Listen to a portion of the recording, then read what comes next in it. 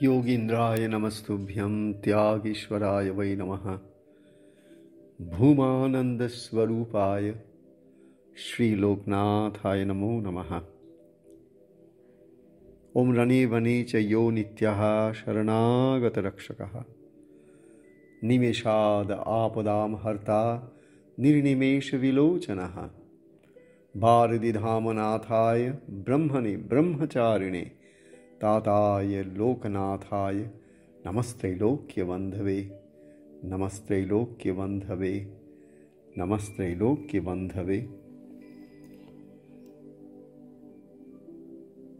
আমরা শিবকল্প মহাযোগী বাবা লোকনাথের এই মহাগ্রন্থের হিমালয়ে কঠিন তপশ্চর্যা এবং পরম সিদ্ধি লাভ এই প্রসঙ্গে গতবার আমরা কিছু অনুধ্যান করেছিলাম। বাবা লোকনাথের শিবকল্প মহাযোগী বাবা লোকনাথ বইটি যদিও আমার নাম লেখা আছে লেখক হিসেবে, কিন্তু বইটা সম্পূর্ণরূপে বাবাই লিখিয়েছেন, আমার হাতটি কেবল ব্যবহার করেছেন। তাই এই গ্রন্থের পাতায় পাতায় প্রতিটি অক্ষরে তার অফুরন্ত কৃপা ছড়িয়ে আছে। কেউ যদি এই গ্রন্থটিকে প্রত্যেক দিন তার সাধনের একটা অঙ্গ হিসেবে একটু পাঠ করতে পারে, যেমন করে আমরা নিত্য গীতা পাঠ করি, ভাগবত পাঠ করি, বেদ বেদান্ত উপনিষদ ভাগবত পাঠ করি, আমার মনে হয়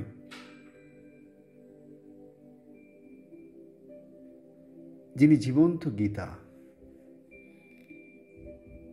যিনি তার সাধনার মাধ্যমে গীতাকে মূর্ত করেছেন, তার শরীর মন প্রাণ বুদ্ধি সব কিছুকে ছাপিয়ে অন্তরাত্মার পূর্ণ বিকাশে সেই মহাসিদ্ধ মহাতপস্বী যোগীশ্বর বাবা লোকনাথের এই লীলাগ্রন্থ যদি কেউ একটু মন দিয়ে পড়ে, একটু ধ্যান করার চেষ্টা করে, বাবা যে কথাগুলো বলেন বা বলেছেন, যেটুকু এর মধ্যে লিপিবদ্ধ আছে, সেগুলোকে যদি একটু বোঝার চেষ্টা করে, খালি পড়ে যাওয়া নয়, পড়ার আগে চুপ করে কিছুক্ষণ বসে থাকতে হয়, যে বাবা পড়বো তো, কিন্তু বোঝাবে কে? গুরু কৃপা ছাড়া অন্ধকার থেকে আলোকে কি নিয়ে যাবে? এগুলো কেবল কথা লেখা আছে, সুন্দর লাগে, ভালো লাগে যখন পড়ি, কিন্তু এর মর্মার্থ বুঝতে গেলে তো আমাকে সবার আগে গুরু কৃপার অধিকারী হতে হবে। আমি তাই তোমার কাছে তোমার চরণ ধরে প্রার্থনা করছি, তুমি আমাকে আশীর্বাদ করো। আমি তোমার গ্রন্থ যখন পাঠ করছি, আমি তোমার ছাড়া আর যেন কোনো দিকে আমার মন না যায়। অল্প সময়ের জন্যে এই গ্রন্থ পাঠের মধ্যে দিয়ে আমি তোমার চরণে যেন আমার মন প্রাণ বুদ্ধিকে সমর্পিত করতে পারি। সংসারে বহু ঘাত প্রতিঘাতের মধ্যে দিয়ে এইটুকু তো বোঝা গেছে যে আমার আপনজন কে।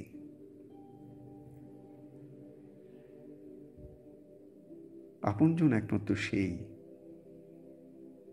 যে আমাকে আমার পরম আপনের সঙ্গে যুক্ত করতে সাহায্য করে। আত্মীয় তো সেই, রক্তের সম্পর্কে কেবল আত্মীয় হয় না,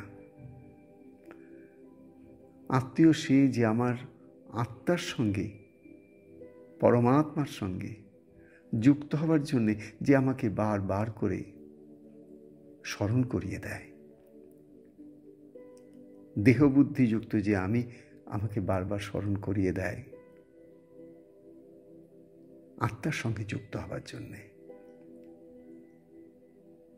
Not to identify with the mind, but to identify with the witnessing self, with consciousness.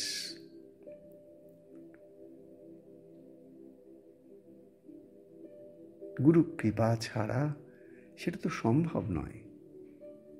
তাই আমরা আজকে সেই গুরু কৃপা অবলম্বন করে তাঁর চরণ মাথায় রেখে আমরা তাঁরই কথা একটুখানি পাঠ করব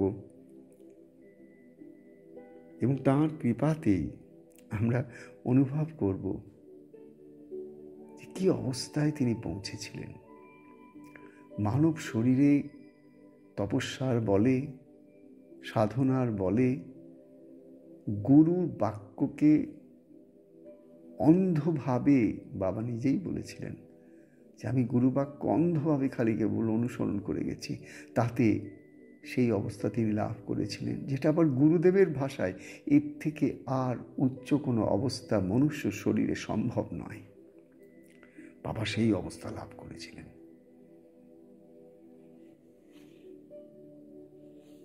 সে অবস্থাটা কিরকম? যোগ সাধনার বিভিন্ন পদ দিয়ে এমন অবস্থা লাভ করেন যা এক কথায় পরম ব্রহ্মপদ। যে অবস্থায় পৌঁছে যোগী আপনাতে আপনি তুষ্ট, আত্মান্যেব আত্মনা তুষ্ট স্থিত প্রজ্ঞাস্তদুচ্যতে। আত্মনা আত্মা তুষ্ট, যে আত্মাতে আত্মতুষ্ট। বাইরে থেকে কেউ ভাবে তাকে তুষ্ট করলে তবে সে তুষ্ট হয়, সে অবস্থার পারে সে চলে গেছে। ওটা তো মনের অবস্থা। তোমার মনের মতন যে তোমার সঙ্গে কথা বলে তুমি তখন তুষ্ট হও, খুশি হও, প্রসন্ন হও। খুব সাময়িক। সে একই মানুষ তোমাকে সে আবার যখন ব্যথা দিয়ে কথা বলে তখন তুমি দুঃখ পাও। দুটোই মনের অবস্থা। সুখ প্রশংসার মাধ্যমে, সেটাও মনের অবস্থা। দুঃখ কারুর দেওয়া অপবাদে বা কটু কথায়, সেটাও মনের অবস্থা। কিন্তু বাবা যে অবস্থার কথা বলছেন এখানে, সেটা মনের সঙ্গে কোনো যোগ নেই। এটা হচ্ছে মনের পারের অবস্থা, কনসিয়াসনেস বিয়ন্ড মাইন্ড, চেতনা যেটা মনের ওপরে, মনের পারে, transcendental state of mind. when you transcend the mind, যখন তুমি মনটাকে ক্রস করে চলে যাও, যেখানে মন সম্পূর্ণরূপে into a state of no mind আছে, নেই, সেই অবস্থায় পৌঁছে গেছেন। সেই নো মাইন্ডের স্টেটে পরম ব্রহ্মপদ কি অবস্থা? যোগী আপনাতে আপতি তুষ্ট, সব ভেদ জ্ঞানের অতীত এক অদ্বিতীয় সত্তায় নিত্যযুক্ত হয়ে পরম আনন্দে দ্রষ্টাবৎ অবস্থান করেন। এখানে বাবার কি অবস্থা? তিনি দ্রষ্টাবৎ। সব কিছু যেন তার সামনে একটা ঘটে যাচ্ছে, তিনি কেবল সাক্ষী চেতনায় অবস্থান করে সাক্ষীবৎ সব কিছুকে দেখে যাচ্ছেন, সব কিছু করে যাচ্ছেন, সব কিছু বলে যাচ্ছেন, কিন্তু কোনোটার সঙ্গে তাঁর যে পরম ব্রহ্ম পদের, অর্থাৎ তাঁর যে অবস্থা, তাঁর যে প্রকৃত স্বরূপ, সেই স্বরূপ সব কিছুর থেকে সম্পূর্ণ অসম্পৃক্ত, একদম আলাদা। আমরা বাবার মুখেই এই কথা শুনব। এই অবর্ণনীয় উপলব্ধির কথা কার কাছেই বা বলবেন, কে বা বুঝবে?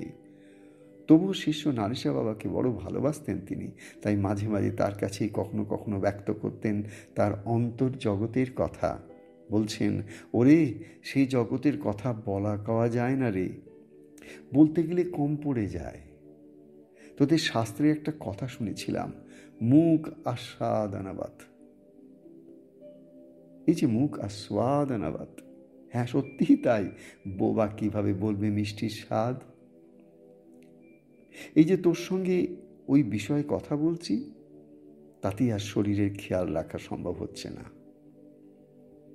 ভাবতে গেলেই হয়ে যেতে হয়, ভাবতে গেলেই হয়ে যায়, তার ফলে শরীর থেকে আলাগ হয়ে যেতে হয়। সে আনন্দ অনুভূতির কথা ভাষায় প্রকাশ করা সম্ভব নয়। কি সুন্দর করে বাবা বোঝাচ্ছেন আমাদের যে সাধনলব্ধ, তপস্যালব্ধ, অনেক ত্যাগ তিতিক্ষাময় জীবনের পরে সাধক সাধিকা যে অবস্থায় গিয়ে পৌঁছে আনন্দে ডুবে থাকে, আর কোনো দুঃখ তাকে তখন আর স্পর্শ করতে পারে না, কোনো ব্যথা বেদনা কোনো কিছুই তাকে আর নাড়া দিতে পারে না। সেই যে একটা অবস্থা, সব কিছুর মধ্যে আছি অথচ কিছুর মধ্যে নেই, সব কিছু করে চলেছি অথচ কিছুই করছি না। সেই কথাই বাবা এখানে আমাদের শেখাচ্ছেন, বলছেন সেই জগতের কথা বলা কওয়া যায় না। তার মানে আমরা যে জগৎটায় আছি এটা একটা জগৎ। আর এই জগতের কথাটা কেমন? এই জগতের কথা এই সুখ, এই দুঃখ, এই ভালো, এই মন্দ। Because this world is made of opposites. এই যে জগতে আমরা আছি না, সে জগৎটা সৃষ্টি কি দিয়ে? মন দিয়ে। আর মন ইজ মেড অফ অপোজিটস। কেমন? মনের মধ্যে দেখবে এই একটা খুব সুন্দর ভাব নিয়ে তুমি আনন্দে আছো, পরের মধ্যে একটা ছোট্ট একটা খবর এলো, ছোট্ট একটা ঘটনা ঘটলো, ছোট্ট করে একটা কিছু দেখলে শুনলে মনের সঙ্গে সঙ্গে ভাবটা পরিবর্তন হয়ে গেল, সুখের আস্বাদন চলে গেল, দুঃখ এসে গেল। অপোজিটস, ঠিক একটার বিপরীত ধর্মী ভাব। তুমি কোনো একটাকে ধরে রাখতে পারছো না। তুমি তো চাও শান্তি, আনন্দ, সুখকে ধরে রাখতে। তুমি তো চাও সুখ, শান্তি, আনন্দের সাথে সাথে তোমার সৌন্দর্য, তোমার যৌবন, তোমার অর্থ, তোমার যশ, তোমার প্রতিপত্তি, তোমার ভালোবাসা, তোমার ভালোবাসার জন, সবাইকে আঁকড়ে ধরে থাকতে। কিন্তু পারো কই? কেমন যেন সব স্লিপারি, ধরতে গেলে পিছলে যায়।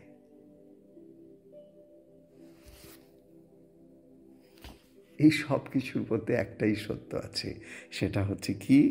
সেটা হচ্ছে আমাদের এর মধ্যে থেকে বুঝতে হবে যে এটা একটা জগৎ। আর এই জগতের নিয়ম কি? এই জগতের নিয়ম হচ্ছে পরিবর্তনশীল। কিন্তু বাবা যে জগৎ থেকে কথা বলছেন সে জগতে কোনো পরিবর্তন হয় না, ওই জগৎটা অপরিবর্তনীয়। এই জগতের নিয়ম কানুন সেখানে খাটে না। সেটা কোন জগৎ? কিচ্ছু না, ওটা মনের পারের একটা অবস্থা, আবার একটা জগৎ নয়, একটা মনের পারের অবস্থা। মনের যদি একটা অবস্থা দেখি, মন কাছে একটা লাইন ড্র করি, তাহলে মনটার তলায় একটা মন, আর ওই লাইনের ওপরে একটা মন। ওই যে ওপরে যে লাইনের ওপরে যে মনটা দেখছো, ওইটা হচ্ছে সেই মনের পারের জগৎ। যারা মনের ওই লাইনটাকে ক্রস করতে পারে ওরা ট্রান্সেন্ডেন্টাল স্টেটে পৌঁছায়। যারা মনের এই লাইনের তলায় থাকে তারা সুখ দুঃখ, হাসি কান্না, ভালো মন্দ, এই দ্বন্দ্বের মধ্যে, এই অপোজিটসের মধ্যে দোলা খেতে খেতে হোঁচট খেতে খালি চলে মাত্র।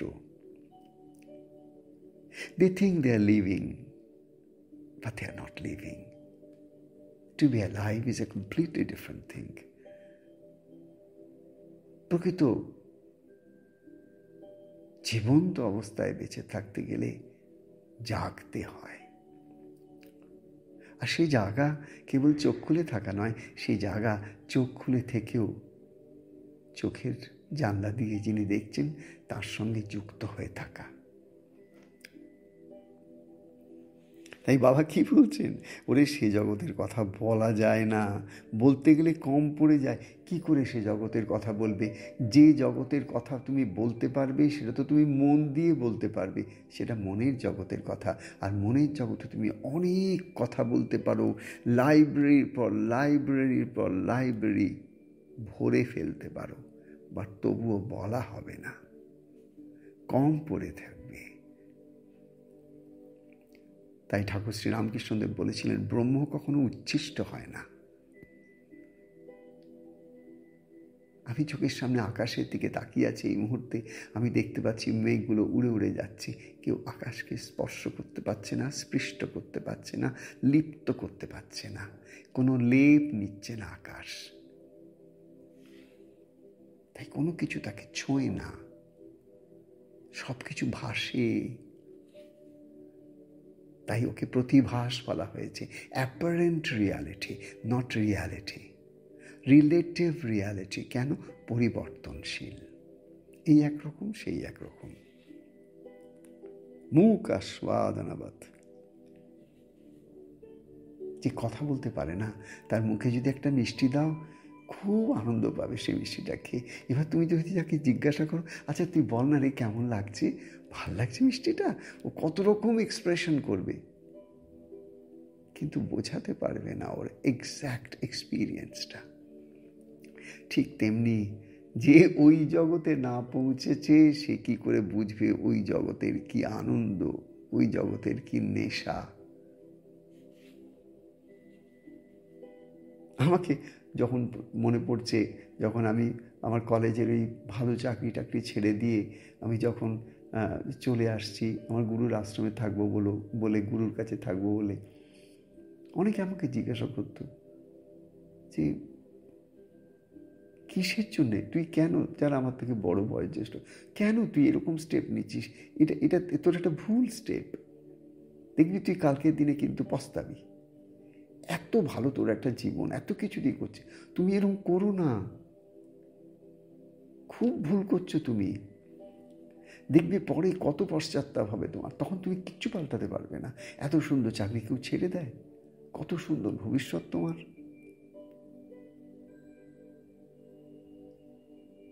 যারা আপনি করে বলতো তারা বলতো আপনি একটু ভেবে দেখবেন। আমার কলেজের প্রিন্সিপাল যখন আমার রেজিগনেশন লেটারটা হাতে নিয়েছিলেন, সে এই কথাই বলেছিলেন যে তোমার বয়স খুব অল্প, তুমি একটু ভেবে দেখো তুমি কত বড় ভুল করতে চলেছ।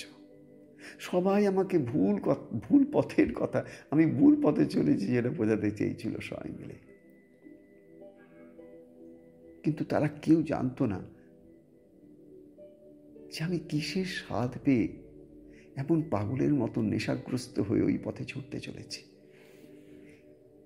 দেখো, উচ্চতর কিছু না পেলে তুমি নিম্নতর কিছু ছাড়তে পারো না। যারা দুঃখ যন্ত্রণা পেয়ে পালিয়ে যায়, এসকেপিস্ট সাধু, তাদের কথা বলছি না আমি। আমার জীবনে তখন সব কিছু সাকসেস থেকে, সাকসেস ছাড়া কিছু ছিল না। আমি কোনো রকম কোনো ব্যথা পাইনি জীবনে, সাকসেস ছাড়া ফেলিওরের কোনো ছোঁয়াই পাইনি ততদিনে। কিন্তু একটা জিনিস দেখলাম, একটা মানুষকে দেখলাম, একজনকে দেখলাম যে তিনি কি একটা যেন পেয়েছেন, তাই তার চোখে মুখে একটা অদ্ভুত কি যেন তিনি বলার চেষ্টা করছেন, বলছেনও কিন্তু কেউ বুঝছে না। আমি যেন একটা হালকা আভাস পেলাম তার, বুঝলাম না কিছু। মনে হলো তিনি যা বলছেন এটাই একমাত্র সত্য, আর বাদ বাকি সবাই আমাকে যা বলছে সেগুলো আপাত সত্য, কেউ মিথ্যা কথা বলছে না। সবাই তার মতন করে তার সত্যটাকে প্রকাশ করার চেষ্টা করছে, কিন্তু তারা নিজেই জানে না যে সত্য কি আর আপাত সত্য যেটা সেটাই বা কি, জ্ঞান কি আর আভাস জ্ঞান কি। তাই তোমাদের বাবারই কথা বলতে বলতে হঠাৎ নিজের কথা বলে ফেললাম।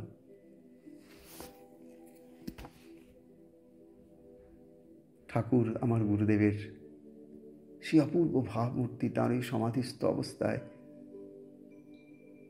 তিনি যখন হাসতেন, কথা বলতেন, আর পাঁচজনের মতনই, কিন্তু অদ্ভুত, সব পাঁচজনের মতন, কিন্তু কিছুই পাঁচজনের মতন নয়। সব কিছুর মধ্যে ছিলেন, কিন্তু দেখেছিলাম সব কিছুর থেকে আলাদা। কি একটা অদ্ভুত আনন্দের মধ্যে আছেন, বসে বসে পান খাচ্ছেন, গল্প করছেন, কিন্তু কেউ ভেরি প্রেসেন্স, তার কাছে যেন পৌঁছালেই কি যেন একটা অদ্ভুত নেশা লেগে যায়। তার মুখের দুটো কথা শুনলে মনে হয় আহা হা কি শুনছি।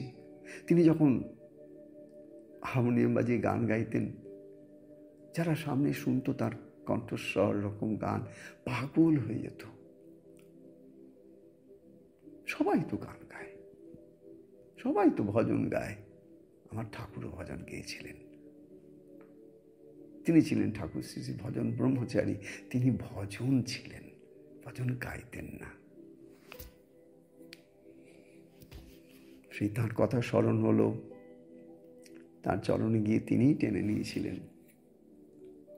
তাই আজকের দিনটা আমি দেখতে পাচ্ছি, যদি সবাই যে জ্ঞান আমাকে দিতে এসেছিল সেই জ্ঞান যদি আমি নিতাম, তাহলে আমার অজ্ঞান বিদূরিত হতো না। আমি ওই অজ্ঞানের জগতে আর পাঁচজন সুখ দুঃখ হাসি কান্নার মধ্যে আমার জীবন কেটে যেত। মৃত্যুর সময় দুঃখ দুঃখ আর দুঃখ ছাড়া আমার কিছুই থাকতো না। গুরু কৃপা ছাড়া এই যে আত্মবোধ জাগা, এটা হয় না। সেই গুরু দৃষ্টি দিয়ে, কৃপা দৃষ্টি করে বা স্পর্শ করে বা মন্ত্র দিয়ে কোনোভাবে সেই জিনিসটাকে, সেই চেতনার মুখটাকে একটুখানি জাগিয়ে দেন। আর সেই অবস্থা লাভ করলে তখন আস্তে আস্তে কি মনে হয়, আর সব কেমন যেন আলুনি মনে হয়। বাবা লোকনাথের এই অপূর্ব কঠিন তপশ্চর্যার কথা, তার মুখে তার অবস্থার কথা শুনলে প্রাণটা কি আনন্দে ভরে যায়। রোজ তোমরা চেষ্টা করো বাবার বইটা এমনইভাবে দু একটা কথা পড়া, দিয়ে চুপ করে বসে অনুধ্যান করো, নিজের জীবনের সঙ্গে মেলাও। কি কি বলছে তার থেকে অনেক বড় কথা, তোমার হৃদয়ের ভেতরে বসে যে এক অন্তর্যামী আছেন, তিনি কি বলছেন একটু কি শুনবে না? কিন্তু তার কথা শুনতে গেলে, তার ভেতরে যে গীতার বাণী আছে তোমার হৃদয়ের মধ্যে, সেটা শুনতে গেলে তোমার মনকে শান্ত করতে হবে। মনের মধ্যে কনস্ট্যান্ট চ্যাটারিং চলছে, ওইটা যতক্ষণ না সাইলেন্ট হচ্ছে তুমি শুনতে পাবে না। লোকমুখে শোনা এক, আর অন্তর্জগৎ থেকে তোমার নিজের ভেতর থেকে নিজের ভেতরের কথা শোনা, তার আলাদা কনভিকশন, তাতে আলাদা তোমার কনফিডেন্স, তাতে তোমার ওই পথে এগিয়ে যাবার জন্য আলাদা একটা দৃঢ় প্রত্যয় হবে, অধ্যাবসায় হবে, সাধনে মতি হবে, নামে রুচি হবে, হতেই হবে। তার কারণ তোমার ভেতর থেকে জেগে গেছে। সেই ভেতর থেকে জাগাও। দিনগুলো আসছে যাচ্ছে। ঠাকুর তোমাদের সকলের মঙ্গল করুন, এই প্রার্থনা। তোমরা সকলে ভালো থেকো, আনন্দে থেকো। আবার বাবার বইটা নিয়ে আবার আসবো তোমাদের কাছে।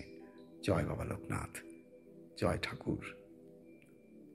ওম শান্তি শান্তি শান্তি।